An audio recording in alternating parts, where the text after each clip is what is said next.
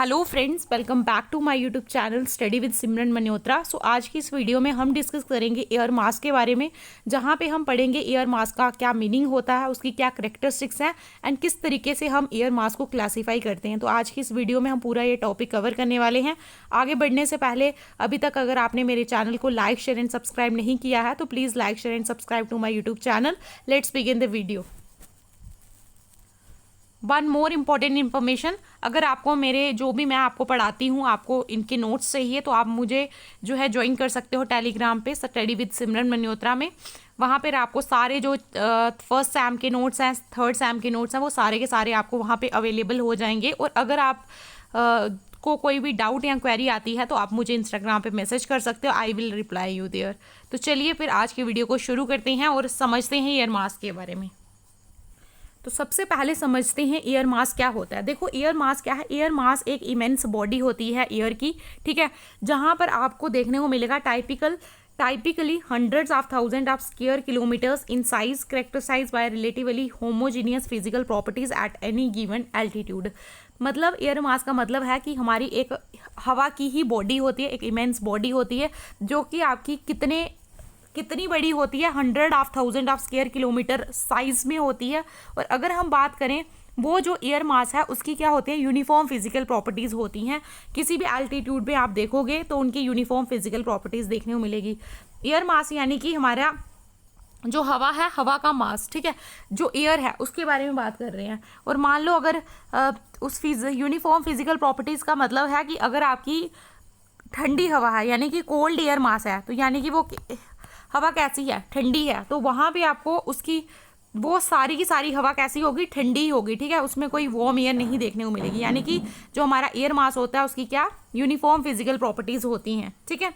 अगर हम बात करें कि हमारे एयर मास को बनने के लिए क्या कैसी कैसी कंडीशन चाहिए, कौन सी की कंडीशन है उसके फॉर्मेशन के लिए, तो सबसे पहले एक सोर्स रीज़न की बात करें तो वास्ट एरिया, यहाँ पे एयर मास अपने ट्रेड्स को एक्वायर करता है। तो सबसे पहले वहाँ पे जो है हमें एक सोर्स रीज़न पता होना चाहिए जहाँ से जो हमारा एयर मास है वो एक जैसे ट्रेड्स को एक्वायर करता है। तो एक वास्ट एरिया की नीड है। सेकंड आता है टोपोग्राफी, मतलब कैसी टोपोग्राफी होनी चाहिए एयर मास के लिए कि जो सरफेस है वो बिल्कुल फ्लैट होना चाहिए और यूनिफॉर्म होना चाहिए। अगर कहीं पे हमारा एयर मास बन रहा है तो मतलब एक फ्लैट और यूनिफॉर्म, मतलब अगर ओशन के ऊपर एयर मास बन रहा है तो वो ओशन के ऊपर ही बनेगा, ठीक है। और अगर हमारा डेजर्ट के ऊपर बन रहा है तो डेजर्ट के ऊपर ही बनेगा। मतलब जो सरफेस है वो फ्लैट और यूनिफॉर्म होना चाहिए, तभी हमारा एक एयर मास जो है वो डेवलप होता है। थर्ड आती है एटमॉस्फेरिक स्टेबिलिटी के बारे में। एटमॉस्फेरिक स्टेबिलिटी का क्या मतलब होता है कि हवा जो है वो उस रीजन में रहनी भी चाहिए, ठीक है। मान लो हमारा इस तरीके से कोई जो है ओशन है, ठीक है, इसके अंदर वाटर है, इस तरीके से बना देते हैं, वाटर है, तो जहाँ पे ऊपर जो है एयर है, ठीक है, यहाँ पे हवा के पार्टिकल्स हैं। अब क्या ये हवा क्या होनी चाहिए, अगर हवा जो है यहाँ से बहुत तेज़ी से निकल जाएगी इस तरीके से तो ये यहाँ पे स्टेबल ही रह पाएगी और यहाँ पे कोई एयर मास डेवलप नहीं हो पाएगा। तो इसीलिए इस एरिया के ऊपर इस एयर का रहना बहुत ज़्यादा ज़रूरी है। तो यही लिखा हुआ है कि air must sit over the region or move slowly for days. अगर हवा चले भी तो कैसी चले, थोड़ी स्लोली चले, ताकि जो सरफेस उस एरिया का जो सरफेस टेम्परेचर है वो उसको ऑब्जॉर्व कर ले, उस एरिया के मॉइस्चर को ऑब्जॉर्व कर ले, ठीक है। अगर हम बात करें core characteristics of air mass की कि क्या क्या करेक्टरिस्टिक्स है हमारे एयर मास की, तो इसके अंदर हम उसकी दो प्राइमरी फिजिकल प्रॉपर्टीज़ को देखते हैं। सबसे पहले हम उस एयर मास का क्या देखते हैं, टेम्परेचर कैसा है, दूसरा उसका मॉइस्चर कंटेंट देखते हैं वो कैसा है। तो ये टेम्परेचर हम कैसे देखते हैं कि कौन से लैटिट्यूड में जो है उस मास का ओरिजिन हो रहा है, ठीक है, कौन से लैटिट्यूड में। तो अगर मान लो उसका जो ओरिजिन है वो 23.5 डिग्री में जो है ये एयर मास डेवलप हो रहा है, तो आपको पता है 23.5 डिग्री नॉर्थ में हमारा क्या है, ट्रॉपिक ऑफ कैंसर है। और ट्रॉपिक ऑफ कैंसर कैसा है ये आपको पता है, ट्रॉपिक ऑफ कैंसर में क्या है, नॉर्थ में क्या हमारा ट्रॉपिक ऑफ कैंसर है। और ट्रॉपिक ऑफ कैंसर में क्या आपको पता है, सनलाइट अच्छी खासी पड़ती है, तो यहाँ पे हाई इंसुलेशन है, तो वहाँ पे कैसा एयर मास डेवलप होगा, तो वैसे वहाँ पे कैसा एयर मास डेवलप होगा, वार्म एयर मास, ठीक है। तो एक बार मैं आपको एयर मास बता देती हूँ, एयर मास की टाइप्स बता देती हूँ, ठीक है। एयर मास एक हमारा होता है वार्म एयर मास, एक होता है कोल्ड एयर मास, ठीक है। तो याद रखना दो तरीके के एयर मास होते हैं, एक वार्म होता है, कोल्ड होता है, ठीक है। तो हमारे यहाँ पे कौन सा एयर मास डेवलप करेगा, अगर हम बात करें इक्वेटर के पास हमारा कौन सा एयर मास डेवलप करेगा, तो वार्म और हॉट। क्यों? क्योंकि हाई इंसोलेशन है। और पोल्स के पास कैसा, मैंने बोला आपको पोल्स के पास ठंड है, ठीक है। वहाँ पे जो सनलाइट है वो जो है बहुत ही कम पड़ती है, बहुत ही लो इंसोलेशन है। तो वहाँ पे आपका जो एयर मास होंगे वो कोल्ड या फ्रिजिड देखने को मिलेंगे आपको। दूसरा आता है मॉइस्चर कंटेंट। मॉइस्चर कंटेंट की बात करें तो ये डिटरमाइन करता है कि कहाँ पे हमारा वो एयर मास डेवलप हुआ है। अगर मान लो कोई ओशन के ऊपर, ठीक है, ये मान लो ओशन है, ओशन के ऊपर कोई एयर मास डेवलप हुआ है तो उसके अंदर ह्यूमिडिटी होगी, यस होगी, है ना। आपको पता है वेपोरेशन होता है, तो इससे मतलब उस हवा के अंदर क्या होगा, ह्यूमिडिटी होगी अगर ओशन से ऊपर वो जो है डेवलप हुआ है। लेकिन अगर कॉन्टिनेंट के ऊपर डेवलप हुआ है तो उसके अंदर जो है ह्यूमिडिटी नहीं देखने को मिलेगी। तो मॉइस्चर कंटेंट भी जो है ये डिटरमाइन करता है कि किस तरीके की जो एयर मास की कैरेक्टरिस्टिक्स हैं वो होंगी उसके अंदर। तो अगर हम ब्रॉडर इफेक्ट की बात करें तो जब दो डिफरेंट एयर मासेस मिलते हैं तो वो ईजिली मिक्सअप नहीं होते हैं। मान लो यहाँ पे हमारा जो है ये, इससे बना देती हूँ, ये मान लो हमारा यहाँ पे इस तरीके से है 0 डिग्री पे इक्वेटर, छोड़ो ऐसे नहीं बनेगा, ये ऐसे बना देती हूँ मैं आपको, ठीक है। मान लो आप इक्वेटर वाला एरिया है, ये मान लो पोल्स वाला एरिया है। तो इक्वेटर से कैसे एयर मास आ रहे हैं, तो ये कैसा एयर मास है, वार्म एयर मास है। अगर हम बात करें, कलर चेंज कर लेते हैं, अगर हम बात करें यहाँ से पोल से, तो पोल से कैसा एयर मास आ रहा है, पोल से हमारा ठंडा एयर मास आ रहा है, ठीक है। तो जो ये हमारा ये वाला एयर मास है जो पोल्स से आ रहा है, ठीक है, तो ये कैसा है, कोल्ड एयर मास है। तो ये cold air mass, cold air क्या करती है, सिंक करती है, तो ये नीचे की तरफ आएगी इस तरीके से। और जो हमारा वार्म एयर मास है, ठीक है, जो हमारा वार्म एयर मास है वो इस तरीके से ऊपर राइज करेगा, और इस तरीके से ही राइज करके जो वार्म एयर मास है वो यहाँ पे बारिश करता है, ठीक है। हमने पढ़ा था ना 60 डिग्री पे, आपने देखा था कि पोल से जो है वो हमारी कैसी हवा आ रही है, गर्म हवा आ रही है, और सॉरी इक्वेटर से हमारी गर्म हवा आ रही है और पोल से हमारी ठंडी हवा आ रही है, तो जिसकी वजह से यहाँ पे हमने बारिश देखी थी। तो इसी तरीके से होता है, ठीक है। तो ब्रॉडर इफेक्ट क्या है, ये आपस में कभी मिक्स नहीं होंगे, क्योंकि इसका टेम्परेचर अलग है, इसका टेम्परेचर अलग है, तो ये आपस में कभी भी मिक्स नहीं होते क्योंकि इनके डेंसिटी में डिफरेंसेस हैं। अब इस तरीके से जब आ रहे हैं यहाँ से और यहाँ से हमारे एयर मास आ रहे हैं, ठीक है, इस तरीके से यहाँ से आ रहे हैं, ठीक है। तो यहाँ पे एक फ्रंट डेवलप हो जाता है क्योंकि ये मिक्स नहीं होते, और इसी एरिया को क्या बोलते हैं, फ्रंट के नाम से जानते हैं, ठीक है। तो यहाँ पे लिखा भी हुआ है, जहाँ पे मैं अगर आपको शो करवा दूँ कि इसी बाउंड्री को हम क्या बोलते हैं, फ्रंट, जो यूजुअली हमारे डिस्टिंक्ट वेदर चेंजेस में हमें देखने को मिलता है, ठीक है। उसके बाद आते हैं क्लासिफिकेशन के बारे में। तो क्लासिफिकेशन बेसिस में क्या हम स्टडी करेंगे, पहला तो 2 लेटर सिस्टम, ठीक है। अगर हम बात करें एयर मासेस की, तो हम एयर मासेस को किस तरीके से कोडिफाई करते हैं, इसको क्लासीफाई करते हैं हम 2 लेटर कोड सिस्टम से। पहला हम क्या देखते हैं कि कैसा मॉइस्चर है उस एयर मास के अंदर, और दूसरा थर्मल सोर्स, ठीक है। तो उस बेसिस पे हम एयर मासेस को क्लासीफाई करते हैं 2 लेटर कोड सिस्टम में। तो सबसे पहला लेटर क्या है हमारा, जो फर्स्ट लेटर है लोअर केस, इसके अंदर हम देखते हैं मॉइस्चर कंटेंट। क्या देखते हैं, मॉइस्चर कंटेंट, यानी कि जो हमारा एयर मासेस डेवलप हो रहे हैं उनके अंदर ह्यूमिडिटी कैसी है, ठीक है, तो वो इसके अंदर देखा जाता है। तो सबसे पहले आता है हमारा मैरीटाइन। तो मैरीटाइन, अगर मैंने आपको बताया कि कोई भी जो एयर मास है वो कहाँ पे, ओशंस के ऊपर डेवलप हो रहा है, ठीक है, तो वो कैसा होगा, उसके अंदर ह्यूमिड एंड मॉइस्ट होगा। देखो यहाँ पे मैरीटाइन वाले को हम कैसे रिप्रेजेंट करेंगे, एम से, तो वो कहाँ पे, ओशन में डेवलप हो रहा है, ओशन के ऊपर डेवलप हो रहा है, तो कैसा होगा, ह्यूमिड और मॉइस्ट। अगर बात करें कॉन्टिनेंटल की, तो कॉन्टिनेंटल को किससे रिप्रेजेंट करेंगे, सी से।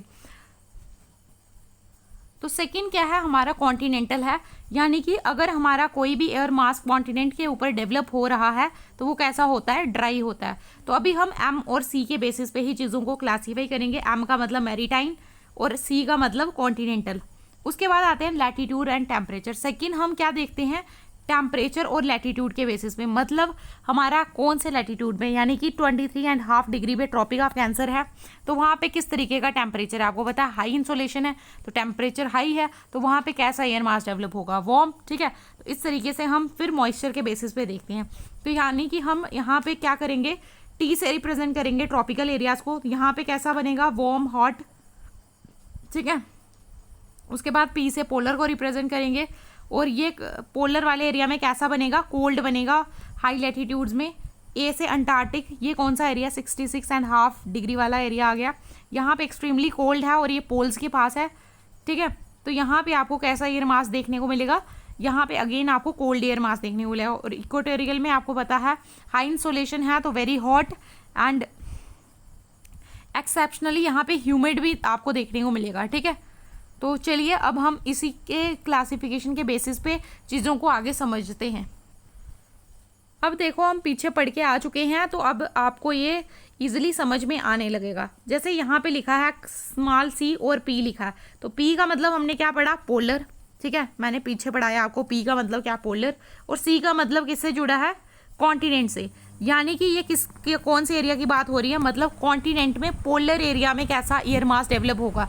तो जो हमारा कॉन्टिनेंट है और उसके अंदर जो पोलर ए वाला एरिया है वहाँ पे कैसा एयर मास डेवलप होगा, तो ये हमने पढ़ लिया कोल्ड और ड्राई। ठीक है, तो कैसा, कोल्ड और ड्राई। और ये कौन से एरिया की बात हो रही है, यानी कि नॉर्दर्न कनाडा साइबेरिया वाले एरिया की बात हो रही है। उसके बाद सी टी लिखा है, तो सी टी में आप क्या, सी का मतलब है कॉन्टिनेंटल, टी का मतलब हम पीछे से पढ़ के आए ट्रॉपिकल। यानी कि ये कौन सी बात हो रही है, कौन से एरिया की बात हो रही है, कॉन्टिनेंट में ट्रॉपिकल एरिया की बात हो रही है। और ट्रॉपिकल एरिया में आपको पता है जो ट्रॉपिकल एरिया है वहाँ पे जो है हाई इंसोलेशन है, अच्छा खासा इंसोलेशन है, तो वहाँ पे कैसा एयर मास होगा डेवलप, हॉट और ड्राई। और कैसा डेजर्ट्स देखने को मिलेंगे, सहारा डेजर्ट जैसे। ठीक है, उसके बाद आप एम पी की बात करो, एम का मतलब क्या है, मैरीटाइन, मतलब ओशन के ऊपर ये जो है हमारा एयर मास डेवलप हुआ है, मैरीटाइन। और पी का मतलब क्या है, पोलर वाले एरिया पे। तो पोलर वाले एरिया पे, पोलर एरिया ठंडा है तो वहाँ पे जो ओशन पे एयर मास डेवलप होगा वो भी कैसा होगा, ठंडा होगा। तो ये सिंपल आपको समझ में आ गया लॉजिक। फिर एम टी से आप समझ सकते हो, एम का मतलब मैरीटाइन, टी का मतलब ट्रॉपिकल, यानी कि ट्रॉपिकल एरिया में कैसा डेवलप हुआ एयर मास। ठीक है, तो पी का ये हमने कर दिया, कोल्ड और ह्यूमिड डेवलप होगा वहाँ पे। और यहाँ पे मैरीटाइन ट्रॉपिकल में कैसा होगा, वार्म एंड ह्यूमिड। और ये कौन सी एरिया है, gulf of Mexico, tropical oceans, ये सारी की बात हो गई है। ठीक है, उसके बाद हमारा लास्ट वाला देख लेते हैं एक बार। ठीक है, ये इस तरीके से सी ए। ठीक है, तो सी ए से आप मेरे को ये कमेंट में बताना कि सी ए से हम कौन से एरिया को रिप्रेजेंट कर रहे हैं और यहाँ पे कैसा एयर मास डेवलप हो रहा है। हालांकि यहाँ पे सब चीज़ें लिखी हुई हैं, आपको जो है अच्छे से कैटेगराइज करना आया है या नहीं मुझे पता चल जाएगा, तो आप मुझे कमेंट में इसका आंसर ज़रूर देना।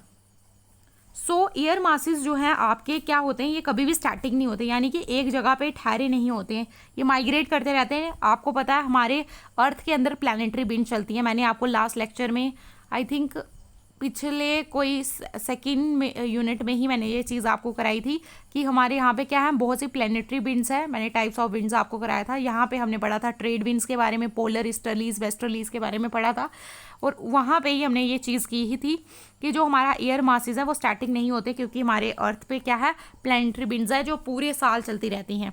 तो इसी की वजह से जो हमारे एयर मासेस हैं वो क्या होते हैं, माइग्रेट करते हैं। तो इसकी वजह से ही हमें जो है वेदर के अंदर भी मॉडिफिकेशन देखने को मिलती है।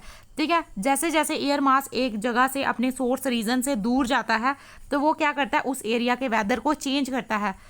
It changes the weather of area. ये क्या करता है, जैसे जैसे दूर जाता है तो जिस भी एरिया में जाता है ना, ये उस एरिया के वेदर को मॉडिफाई करता है। ठीक है, यहाँ पे आपको एग्जाम्पल भी देखने को मिल जाएगा, जब हमारा कॉन्टिनेंटल पोलर एयर मास जो है वो क्या करता है, वो साउथ पार्ट में जाता है, यूएसए या पार्ट ऑफ एशिया में जाता है, तो ये क्या करता है, बहुत से कोल्ड स्नैप्स लेकर आता है, मतलब बहुत से ठंडी लेकर आता है। और यहाँ पे उस टाइम पे आपको क्या देखने को मिलता है, क्लियर